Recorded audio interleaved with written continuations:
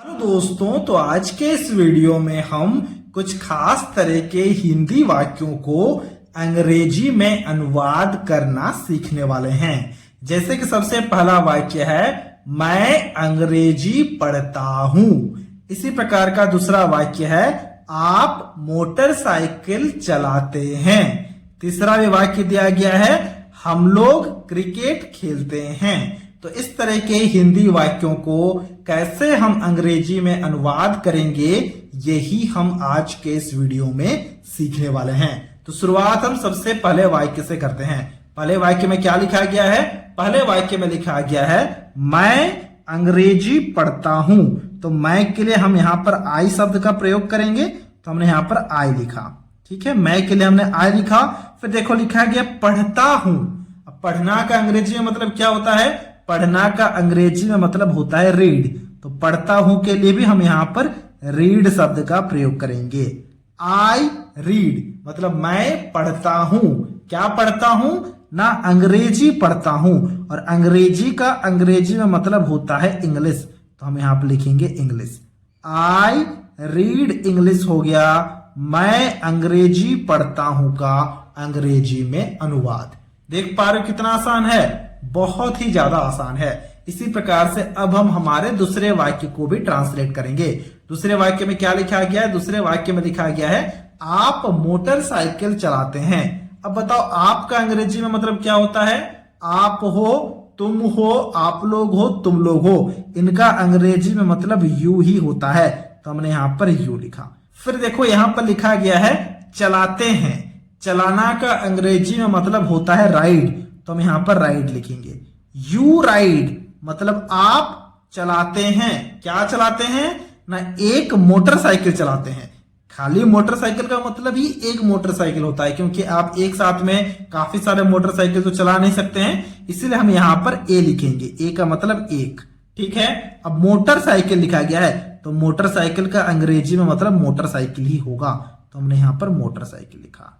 You ride a motorcycle, हमने motor लिखा यहां पर, फिर हमने यहां पर साइकिल लिखा। यू राइड अ मोटरसाइकिल हो गया, आप मोटरसाइकिल चलाते हैं का अंग्रेजी में अनुवाद। अब आपके मन में एक सवाल आया होगा कि क्या हम यहां पर बाइक नहीं लिख सकते मोटरसाइकिल की जगह में? बिल्कुल लिख सकते हो। ठीक है, ओके। अब देखना यहां पर तीसरे वाक्य को। तीसरे वाक्य में लिखा गया है, हम लोग क्रिकेट खेलते हैं। हम लोग का अंग्रेजी में मतलब होता है वी। तो हमने यहां पर वी लिखा। ठीक है, फिर देखो लिखा गया है खेलते हैं। खेलते हैं या फिर खेलना, इनका अंग्रेजी में मतलब होता है प्ले। तो हमने यहां पर प्ले लिखा। वी प्ले मतलब हम लोग खेलते हैं। क्या खेलते हैं? न क्रिकेट खेलते हैं। और क्रिकेट का अंग्रेजी में मतलब क्रिकेट ही होता है। तो हमने यहां पर क्रिकेट लिखा। वी प्ले क्रिकेट हो गया, हम लोग क्रिकेट खेलते हैं का अंग्रेजी में अनुवाद। इसी प्रकार से अब चौथे वाक्य को जरा ध्यान से देखना। चौथे वाक्य में लिखा गया है, वह आम खाती है। देखो खाती है लिखा गया है, यानी कि यह जो वह लिखा गया है ये किसी एक स्त्री के बारे में लिखा गया है। इसलिए इस वह की जगह में हम फटाफट से सी शब्द का प्रयोग करेंगे। अब देखो खाती है लिखा गया है। खाती है यानी कि खाना। खाना का अंग्रेजी में मतलब होता है ईट। तो हमने यहां पर ईट लिखा। लेकिन क्योंकि यहां पर सब्जेक्ट में सी लिखा गया है, सी ही या फिर किसी व्यक्ति का नाम अगर होना तो वर्ब को लिखने के बाद में एस या फिर ईएस का प्रयोग होता है इस खाती है के लिए। ठीक है, तो हमने यहां पर लिखा सी ईट्स मतलब वह खाती है। क्या खाती है? ना आम खाती है। और आम का अंग्रेजी में मतलब होता है मैंगो। तो हमने यहां पर मैंगो लिखा। सी ईट्स मैंगो हो गया, वह आम खाती है का अंग्रेजी में अनुवाद। इसी प्रकार से यहां पर पांचवें वाक्य को देखना। पांचवें वाक्य में क्या लिखा गया है? ना पांचवें वाक्य में लिखा गया है, मोहन स्कूल जाता है। तो मोहन के लिए हम यहां पर मोहन लिखेंगे, क्योंकि किसी एक व्यक्ति विशेष का नाम है। तो हमने यहां पर लिखा मोहन। ठीक है, फिर देखो लिखा गया है जाता है। जाना का अंग्रेजी में मतलब होता है गो। तो हमने यहां पर गो लिखा।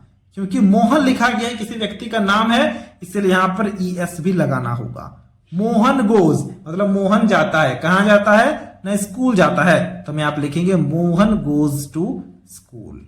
ये हो गया मोहन स्कूल जाता है का अंग्रेजी में अनुवाद। अब यहां पर छठे वाक्य को देखना, इस छठे वाक्य के ट्रांसलेशन को अभी आपको खुद से करना है और हमसे कमेंट बॉक्स में शेयर करना है। मैं जाता हूं लिखा गया है, तो मैं के लिए हमें आई लिखना होगा और जाता हूं के लिए क्या लिखना है ये आपको खुद से डिसाइड करना है और हमसे कमेंट बॉक्स में इसके ट्रांसलेशन को जरूर से जरूर शेयर करना है। तो ये था आज का वीडियो जहां हमने कुछ खास तरह के हिंदी वाक्यों को अंग्रेजी में अनुवाद करना सीख लिया है। अगर आपको ये वीडियो अच्छा लगा है तो इस वीडियो को एक लाइक जरूर से जरूर कर देना और कुछ इसी तरह के वीडियोस को देखने के लिए आप हमारे चैनल को भी सब्सक्राइब कर सकते हो।